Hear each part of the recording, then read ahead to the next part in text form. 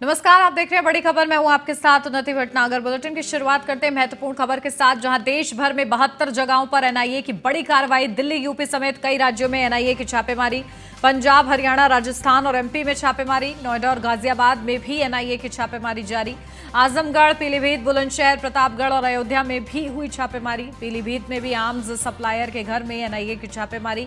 गुजरात में भी कई ठिकानों पर एनआईए का छापा। टेरर फंडिंग मामले में देश भर में एनआईए की छापेमारी। गैंगस्टर केस को लेकर राष्ट्रीय जांच एजेंसी की छापेमारी। टेरर फंडिंग, हथियारों की सप्लाई से जुड़े नेटवर्क पर एक साथ रेड। लॉरेंस बिश्नोई गैंग और बावना गैंग पर भी कार्रवाई। एक साथ ही करे 12 गैंगस्टर्स के खिलाफ कार्रवाई जारी। तो बड़े स्तर पर एनआईए कार्रवाई कर रहा है, जहां गैंगस्टर केस को लेकर राष्ट्रीय जांच एजेंसी की ये बड़ी छापेमारी है। अपडेट लेते हैं, हमारे संवाददाता मनीष मिश्रा हमारे साथ जुड़ गए हैं। मनीष, क्या कुछ जानकारी? देखिए, किस तरीके से बड़े स्तर पर ये छापेमारी जारी है, सर्च ऑपरेशन चलाया जा रहा है, आतंक और आतंकवादी जो गतिविधियां हैं उन पर लगाम लगाने की कोशिश की जा रही है, बड़े स्तर पर ये कार्रवाइयां हो रही हैं, क्या कुछ इनपुट्स मिल रहे हैं? देखिए उन्नति, आपको बता दूं कि करीब सुबह से ये कार्रवाई चली है। एनआईए ने करीब देश भर में 72 ठिकानों पे एक साथ एनआईए ये छापेमारी शुरू की थी। लॉरेंस और बवाना जो ग्रुप है, उनके लगातार उनके जो आका हैं और उनके जो सहयोगी हैं, उनको हिरासत में लेने के बाद लगातार इंट्रोगेशन किया जा रहा था। हमें मालूम है कि इस महीने में लगातार चौथी एनआईए की कार्रवाई है। लगातार जो इनपुट्स मिल रहे हैं, उन इनपुट्स के सहारे यही जिस तरीके से टेरर फंडिंग हो, आर्म्स सप्लाईज हो और जिस तरीके से जो सिंडिकेट होता है, एक सिंडिकेट बनाया जाता है जिसमें तमाम स्लीपर सेल्स होते हैं, तमाम ऐसे लोग होते हैं जो पर्दे के पीछे रह के इस पूरे ऑर्गेनाइजेशन का काम करते हैं और उनका कभी सामने नाम भी नहीं आ पाता है। ऐसे ही लेके तमाम उन लोगों के नाम उजागर किए गए थे इस इंटरोगेशन के तहत, जिसको लेके अब एक बड़ी कार्रवाई जिसको कहा जाता है कि एनआईए 72 जगह पूरे देश में, न केवल उत्तर प्रदेश बल्कि मध्य प्रदेश, दिल्ली, गुजरात, पंजाब, इन सब जगह उन्होंने एक साथ छापेमारी की है। और सबसे बड़ी चीज इस बात की गई कि जो एनआईए की जो इस बार की पूरी छापेमारी है, उसका अगर आप थीम देखेंगे तो सबसे बड़ी चीज है कि एंटी टेररिज्म और जो टेररिज्म जो ग्रुप्स हैं, जो क्रिमिनल ऑफेंस के लोग हैं, उनका जो सिंडिकेट है उसको खत्म करने के लिए किया गया है। मींस कि जिससे कि जो स्लीपर सेल्स हैं, जो सप्लायर्स थे, जो टेरर फंडिंग्स के थे, जिनके थ्रू थर्ड पार्टी यूज करके अपने फंडिंग्स करते थे, उन लोग को पर्दे के पीछे से लेके सामने लाने की कार्रवाई की जा रही है। आपको बता दूं, पीलीभीत की बात हो जाए, बुलंदशहर की बात हो जाए, प्रतापगढ़ की बात हो जाए, आजमगढ़ की बात हो जाए, ये तमाम जगह एक साथ चली। और आजमगढ़ में तमाम ऐसे लोग हैं जिनके नाम के भी कई खुलासे हुए हैं, जिसमें डॉक्टर शहनवाज है, मोहम्मद सादिक है, मोहम्मद सिराज है, तमाम ऐसे लोग हैं जिनके नाम के भी खुलासे हुए हैं, जो कहीं ना कहीं पहले से इन्वॉल्वमेंट था और लगातार एनआईए इनके लिए दबिश देते हुए पहले भी की गई थी। आज भी इन लोग के लिए दबिश दी गई है और माना जा रहा है कई अहम दस्तावेज मिले हैं, जिस तरीके से इंट्रोगेशन होता है उसमें दस्तावेज भी मिले हुए हैं। और ये देर शाम तक एनआईए की जो कार्रवाई है ये चल सकती है और इसके बाद तमाम ऐसे नाम सामने आ सकते हैं जो अभी तक पर्दे के पीछे रहते थे और इस तरह के जो गैर कानूनी काम थे उनमें रहते थे, चाहे वो टेरर फंडिंग की बात करें, चाहे इलीगल आर्म्स की सप्लाई की बात कर लेंगे, और चाहे जो सिंडिकेट्स हैं, जो स्लीपर सेल्स हैं, उनको भी बेनकाब करने के लिए कार्रवाई की जा रही है। तो एक बड़ी कार्रवाई है और लगातार ये सुबह से चल रही है और माना जा रहा है देर शाम तक कार्रवाई चलती रहेगी। उन्नति, ठीक है मनीष, आप बने रहेगा हमारे साथ। अशोक कुमार हमारे संवाददाता बुलंदशहर से हमारे साथ जुड़ गए हैं। अशोक, क्या कुछ जानकारी? देखिए, किस तरीके से बड़े छापेमारी की जा रही है, बुलंदशहर की क्या स्थिति है, क्या कुछ अपडेट वहां से? बिल्कुल, आपको बता दें कि बुलंदशहर में करीबन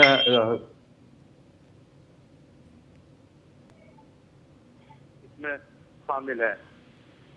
इसमें 2 सदस्यीय टीम आई थी और लगातार छापेमारी कर रही थी।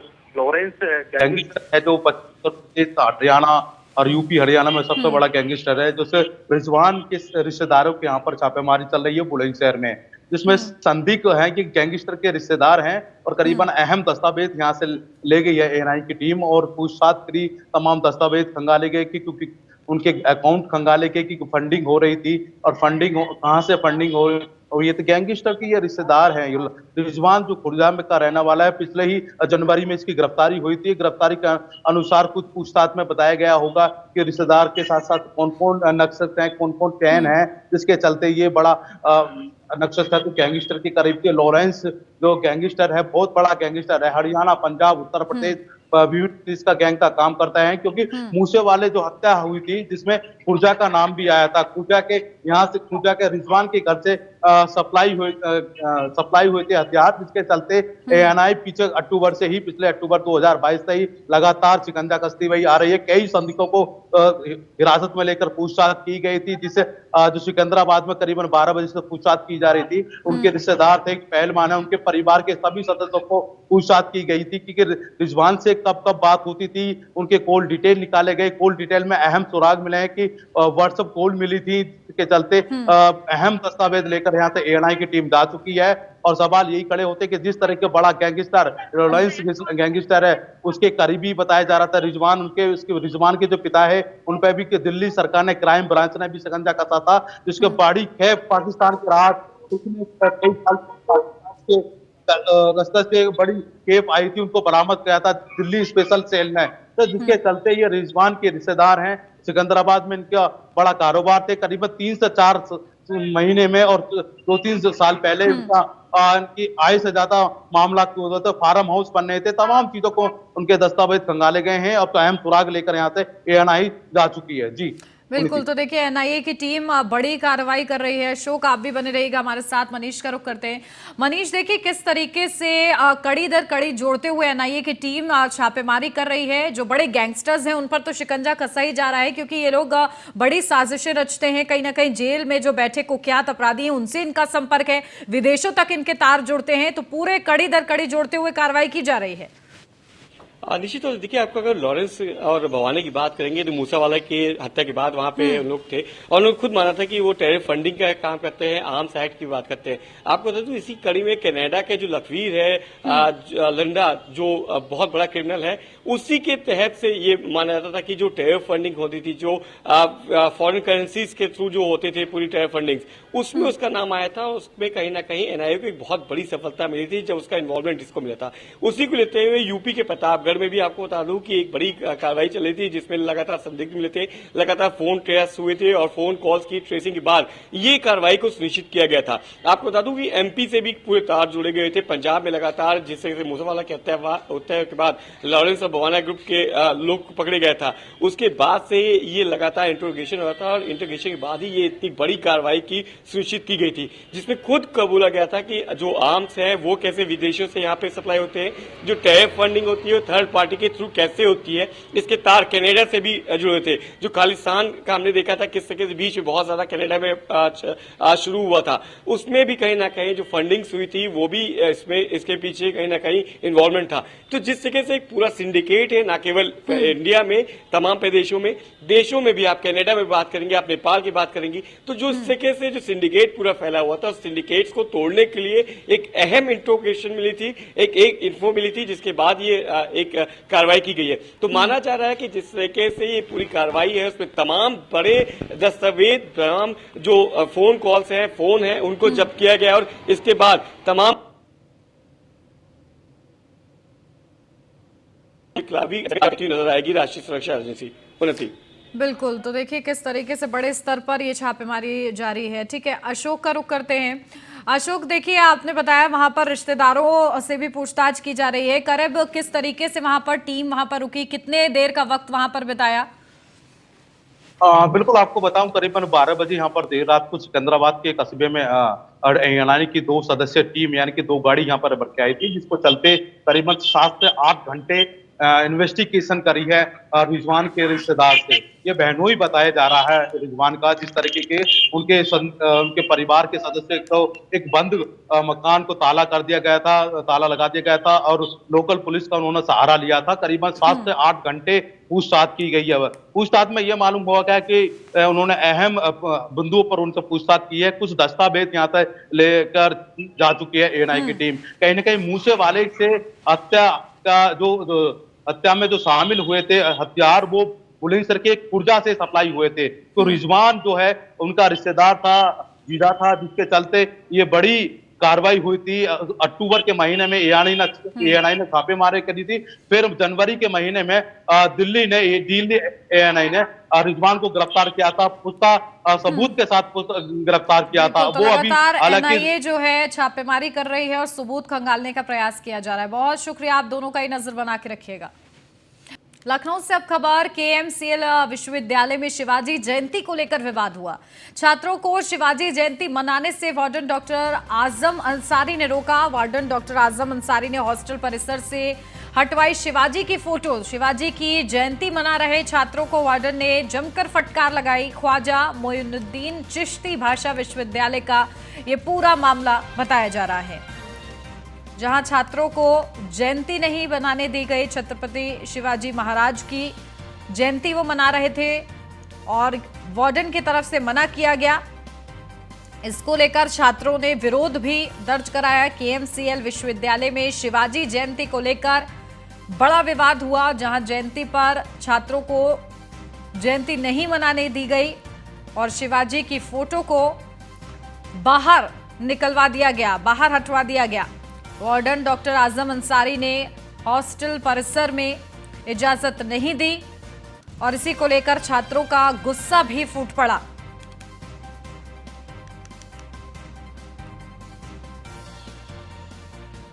तो केएमसीएल विश्वविद्यालय में शिवाजी जयंती को लेकर विवाद हुआ है, जहां छात्रों को शिवाजी जयंती मनाने से वार्डन डॉक्टर आजम अंसारी ने रोक दिया, जिसके बाद छात्रों में नाराजगी है। वार्डन डॉक्टर आजम अंसारी ने हॉस्टल परिसर से शिवाजी की फोटो भी हटवाई है। शिवाजी की जयंती मना रहे छात्रों को वार्डन ने जमकर फटकार लगाई है। ख्वाजा मोइनुद्दीन चिश्ती भाषा विश्वविद्यालय का यह पूरा मामला बताया जा रहा है। तो ये बड़ी खबर आपको बता रहे हैं, जहां केएमसीएल विश्वविद्यालय में ये विरोध किया गया है, विवाद सामने आया है, जहां शिवाजी की जयंती नहीं मनाने दी गई है। वार्डन डॉक्टर आजम अंसारी ने हॉस्टल परिसर से हटवाई है शिवाजी की फोटो। शिवाजी की जयंती मना रहे छात्रों को वार्डन ने जमकर फटकार लगाई है। ख्वाजा मोइनुद्दीन चिश्ती भाषा विश्वविद्यालय का ये पूरा मामला बताया जा रहा है।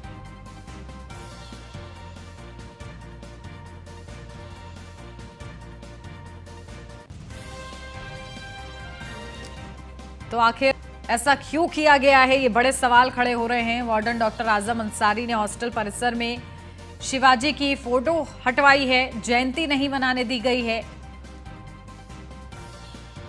लोकतंत्र में रहते हैं के बावजूद छात्रों पर इस तरीके से मनमानी सामने आई है। ख्वाजा मोइनुद्दीन चिश्ती विश्वविद्यालय का ये पूरा मामला बताया जा रहा है।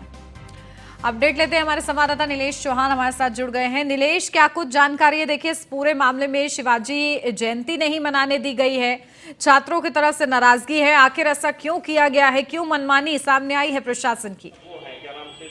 देखिए, बिल्कुल आपको बता दूं कि राजधानी में पहली बार ऐसा हुआ है कि जब किसी महापुरुष की जयंती को मनाने से रोका गया हो, वो भी एक विश्वविद्यालय के अंदर। ख्वाजा मोइनुद्दीन चिश्ती उर्दू फारसी विश्वविद्यालय का यह पूरा मामला है, जहां पर शिवाजी की जयंती मनाने के लिए हॉस्टल के अंदर छात्रों ने एक जो है फोटो मंगाई थी, फोटो रखी थी, वहां पर पुष्प रखे हुए थे और पुष्पांजलि अर्पित करने वाले थे हॉस्टल के छात्र। जिसके बाद वहां पर हॉस्टल के वार्डन आजम अंसारी पहुंचते हैं और उन्होंने छात्रों को सीधा हिदायत देते हुए कहा कि अगर आपको शिवाजी की जयंती मनानी है तो आपको विश्वविद्यालय परिसर, हॉस्टल परिसर से बाहर जाकर शिवाजी की जयंती आप मनाइए।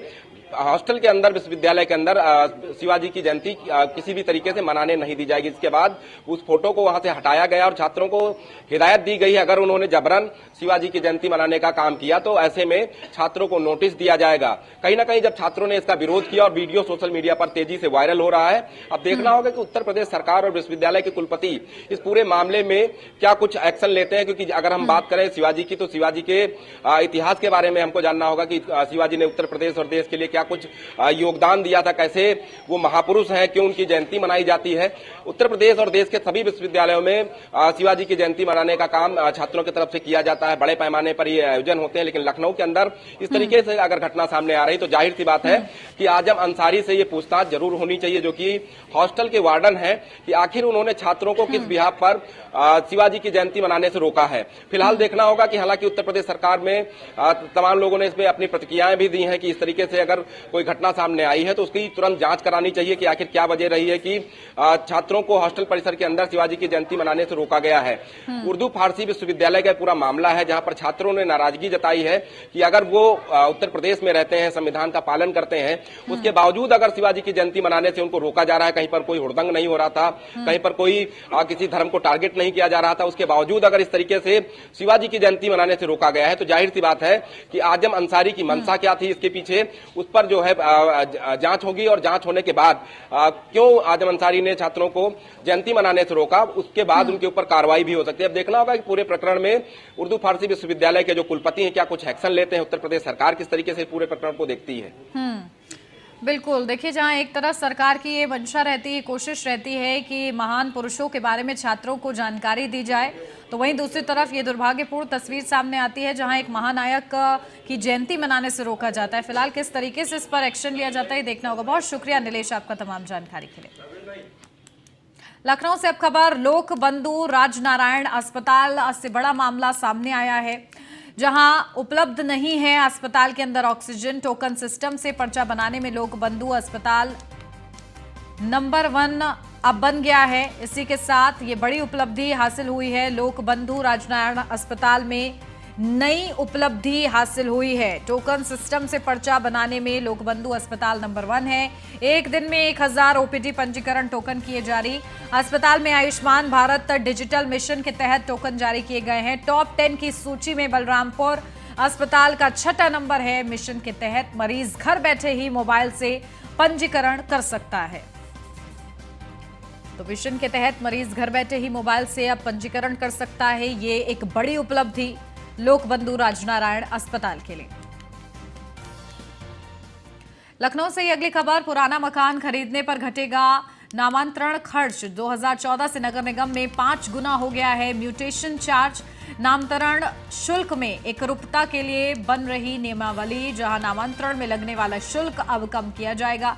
अभी पुरानी संपत्ति की कीमत का 1% शुल्क लगता है। गृहकर निर्धारण कराने में कोई फीस नहीं देनी होती है।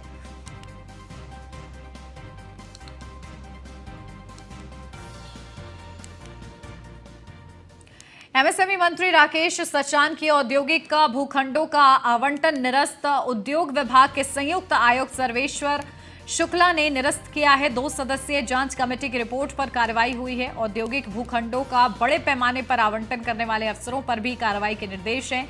एमएसएमई मंत्री राकेश सचान को आवंटित हुए थे 72 औद्योगिक भूखंड।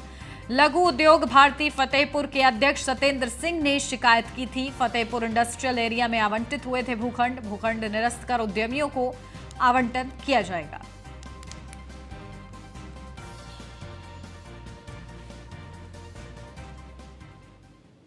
लखनऊ से अगली खबर, बिजली घर में जाम लगा रहे संविदा कर्मी बर्खास्त। वायरल वीडियो पर मध्यांचल निगम ने कार्रवाई की है। क्लाइव रोड बिजली घर में 3 संविदा कर्मियों का शराब पीते वीडियो वायरल हो रहा है। तीनों इंदौर की वर्ल्ड क्लास सर्विसेज के कर्मचारी थे। संबंधित कंपनी को भेजे गए हैं आदेश। तो तीनों इंदौर की वर्ल्ड क्लास सर्विसेज के कर्मचारी थे।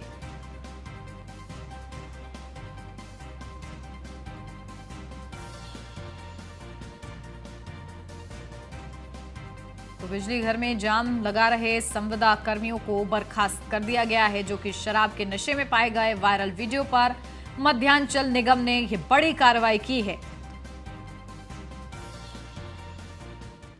ऊर्जा मंत्री एके शर्मा का आज का कार्यक्रम आपको बताते हैं। केवाईसी अभियान के सफल परिणाम को लेकर बैठक करेंगे। सभी डिस्कॉम के प्रबंध निदेशकों के साथ बैठक करेंगे।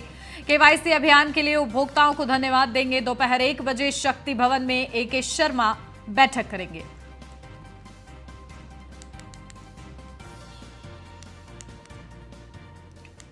कानपुर से अब खबर, जानवरों को चारा देने गई लड़की की हत्या की गई। धारदार हथियार से गला रेत कर हत्या की गई। युवती के शरीर पर बदमाशों ने कई वार किए। हत्या की जानकारी होते ही परिवार में कोहराम मच गया। मौके पर पहुंची पुलिस जांच में जुटी हुई है। विदनू थाना क्षेत्र के मंझावन गांव की ये पूरी घटना बताई जा रही है। तो युवती की हत्या की गई है। हत्या की जानकारी होते ही परिवार में कोहराम मच गया है। मौके पर पहुंची पुलिस इस पूरे मामले की जांच में जुटी हुई है। तो बिदनू थाना क्षेत्र के मंझावन गांव की ये पूरी घटना है, जहां पर जानवरों को चारा देने गई लड़की की हत्या कर दी गई। आरोपियों ने कई वार किए, लड़की पर धारदार हथियार से गला रेत कर उसकी हत्या की गई। युवक युवती के शरीर पर बदमाशों ने कई वार किए हैं।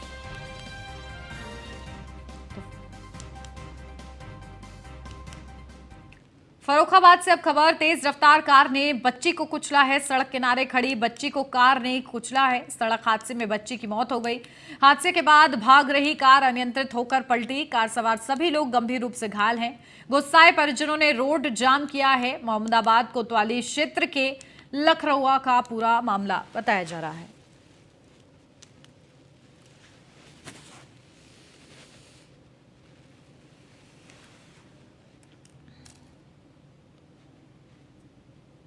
और इसी के साथ इस बुलेटिन में बस इतना ही। खबरों का सिलसिला आगे भी जारी है। आप बने रहिए न्यूज़ 1 इंडिया के साथ।